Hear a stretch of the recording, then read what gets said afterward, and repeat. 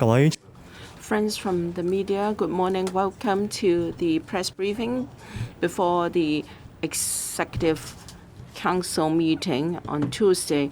The CEO will deliver a few opening remarks and then we'll open the floor for Q&As.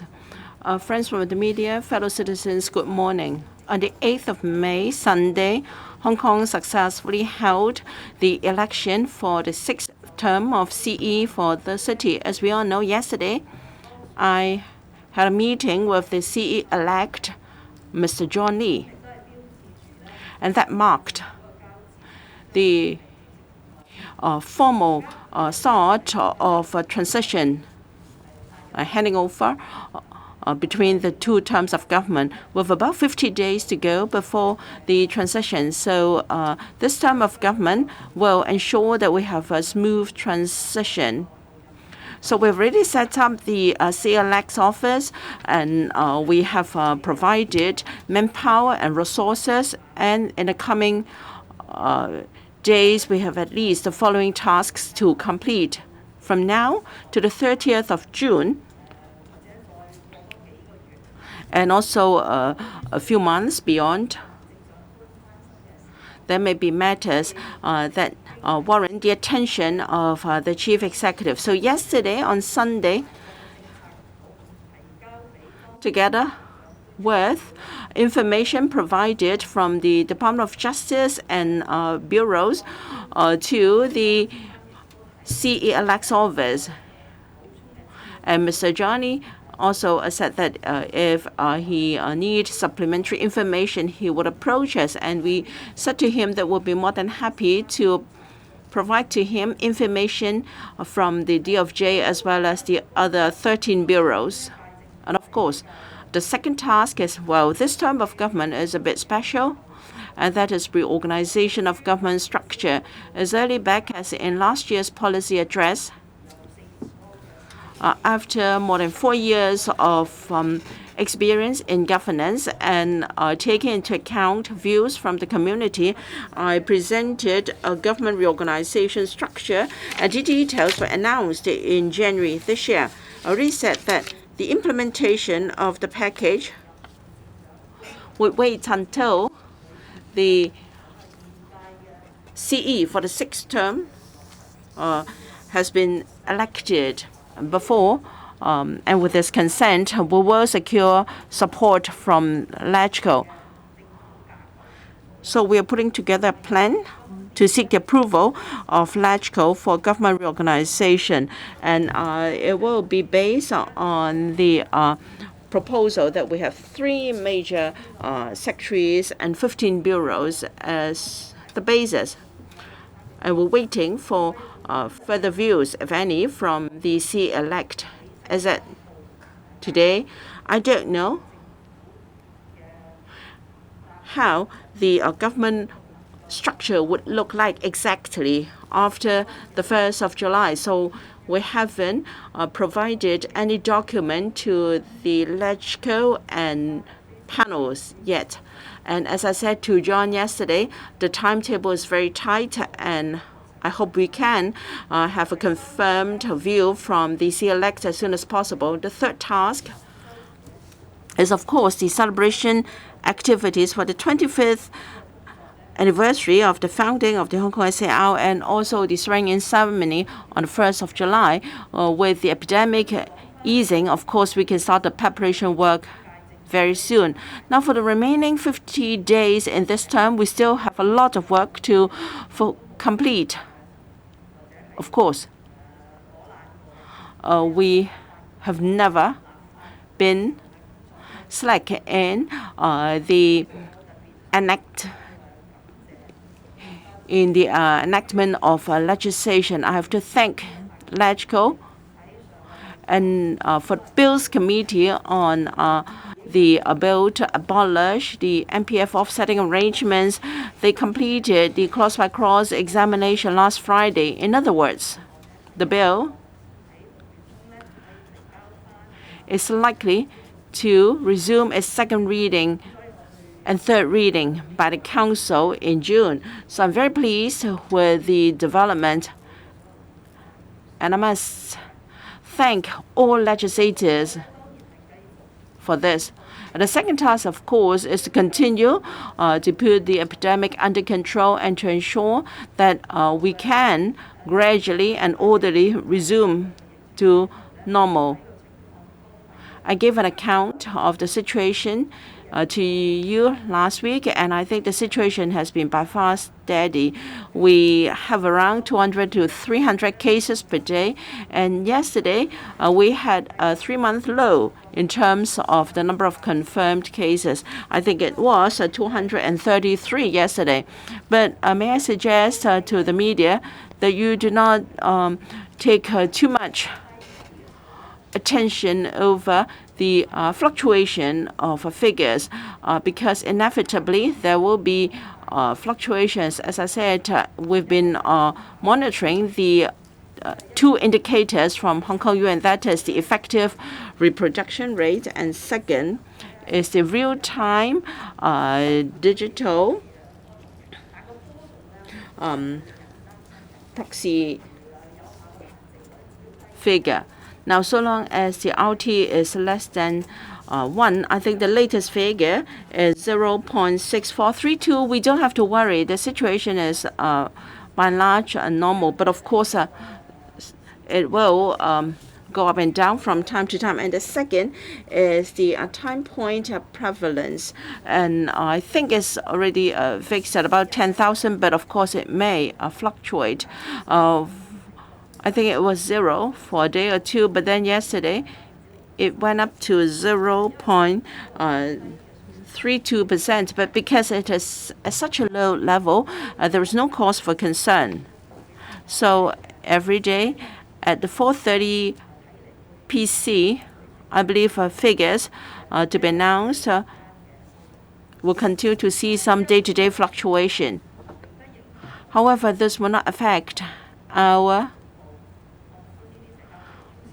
earlier announced plan of gradual relaxation of social distancing measures. So starting on the 19th of May, we'll have the third round of relaxation of social distancing measures. So we announced that some of the measures and the second stage of relaxation will be announced, and it was well received by the community. And we're pleased to see that there can be more activities going on in the community. The third task is, while we see some vibrancy in our economy, again, the catering and the retail industries are doing better, but we announced earlier a scheme to support our enterprises and also employment. We will continue to put effort in this area.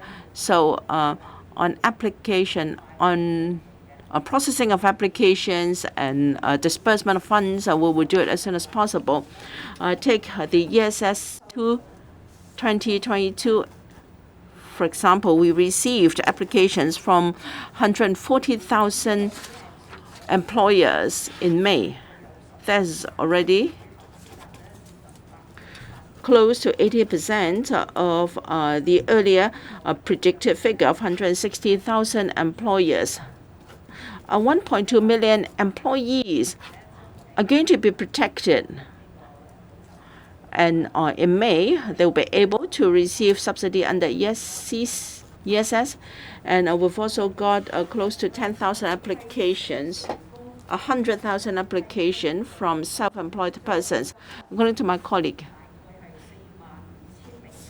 about 45,000 employers will be able to receive notification to receive the wage subsidy under ESS today, and the total amount is $2.3 million.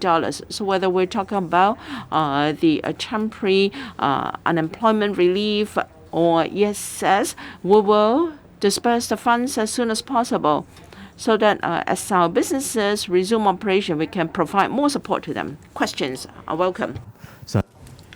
And may the press please put up your hand and state the media you represent and speak through the microphone given. And please be concise with your question and maximum 2 questions with no follow-up. TV news. I would like to ask about the COVID-19 situation. Last week there have been some relaxation and things seems to be going well. And can we advance the second and the third stage so that we can ease all the measures by June? And you mentioned about the government reorganization is on a very tight schedule. That when will the proposal be finalized, as we need to go through the legislative procedures that people will know that when the next term of government will go about. And well, without the reorganization proposal, I suppose that we need to finalize the proposal within the next 2 weeks. For the COVID-19 situation, the public is glad to see that after on the 15th of April, that we've seen a drop of below a certain level. Therefore, we announced that we can ease. That for the next stage of easing, there will be about the next week, about 19th of May. For the three-step process of easing, for the third stage, that will happen around late June. Well, there's not much left to relax by the third stage. For example, for the catering establishments, for the second stage, and we have allowed more attendees at banquets. Well, the next stage will be lifting of all the caps. Well, acting out of prudence, we will wait and see. If there's any room for easing, I'm personally inclined to allow everyone and to celebrate the 25th anniversary of the government in a more relaxed way. Well, I suppose that we shall wait for the second stage to be implemented first. Well, the government organization is not under my control. I've submitted a timetable to the CE-elect.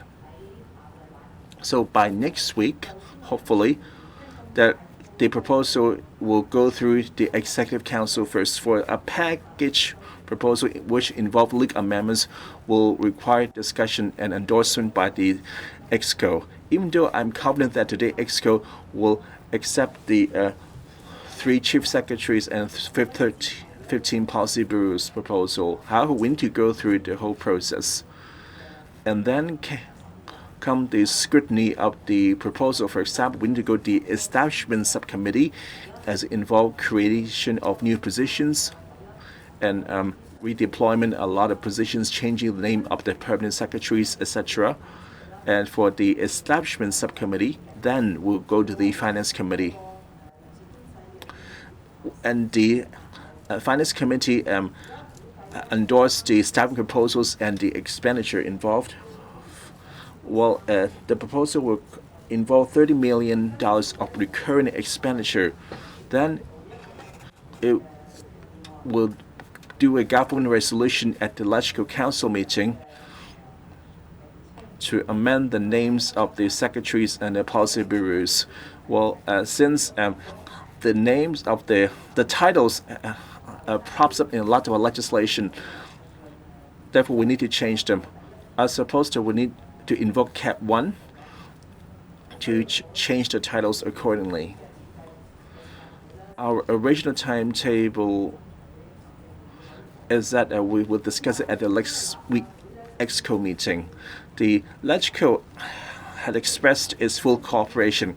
President Andrew Leung said that yesterday.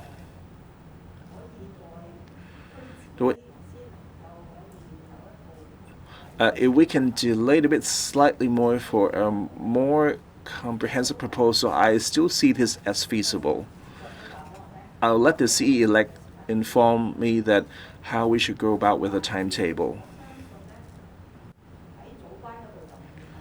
I suppose that the cabinet formation would not wait for the LegCo passage of the proposal.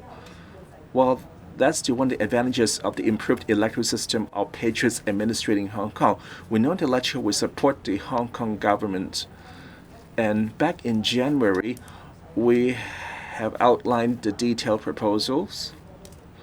And each policy secretaries have briefed the LegCo panels on why do we need to have the culture and Sports Bureau, and there has been some discussion in the public sometime to forge a consensus. We need to compress the electrical procedures within a shorter time frame. We are quite confident of able to achieving this. In the front row. This is from Bloomberg. Last week, John Lee said that his role is to remove the obstacles to satisfy the requirements for reopening the border with specifically the mainland. What are specifically the requirements to reopen the border, and what specifically are the obstacles? Thank you. As you may recall, in September last year, following a very long period of 0 local cases for almost 4 months, the Hong Kong SAR government had been discussing with the mainland authorities about resuming quarantine-free travel into the mainland. And the then Chief Secretary for Administration, Mr. John Lee, was responsible for leading the Hong Kong SAR government delegation to discuss with the mainland authorities. And some officials from the Central People's Government also arrived in Hong Kong to look at our anti-epidemic work so that they had a better idea of our strategy. So one of the prerequisites then was Hong Kong had to achieve no local infections for a while. So the first thing that any resumption of quarantine-free travel with the mainland will have to reaffirm whether this is still the prerequisite. Okay. And that's why I said in my last report, as you know, I issue a monthly report on Hong Kong SAR government's anti-epidemic work. So in my last monthly report at the very beginning, I said that Hong Kong still has to strictly adhere to a strategy to try to reduce the importation of cases, and hence this hotel quarantine and also the flight suspension mechanism. But at the same time, also need to have some sort of social distancing measures to prevent a rebound. And these measures exactly were to create the necessary preconditions for resuming quarantine-free travel into the mainland. But the first thing we need to do, if it happens within my term, or John has to do if it happens within the beginning of his term, is to engage with the mainland authorities and to understand whether what we have discussed last September to December still stand as the prerequisites for the resumption of travel. 好，我哋問多最後一位記者兩條問題。 Let's have the last 2 questions. In the back row. Commercial radio. Well, Mr. Lee was just elected with 1,416. Do you think he's a better candidate for his chief executive? That during your term, the public ratings of your administration is quite low. Are you confident that the next administration can rebuild public confidence? As I said before, I will not comment the governance of the incoming chief executive. It is not the time to summarize my work. Therefore, I will not answer the question. Thank you. That's the end of the press conference. Thank you.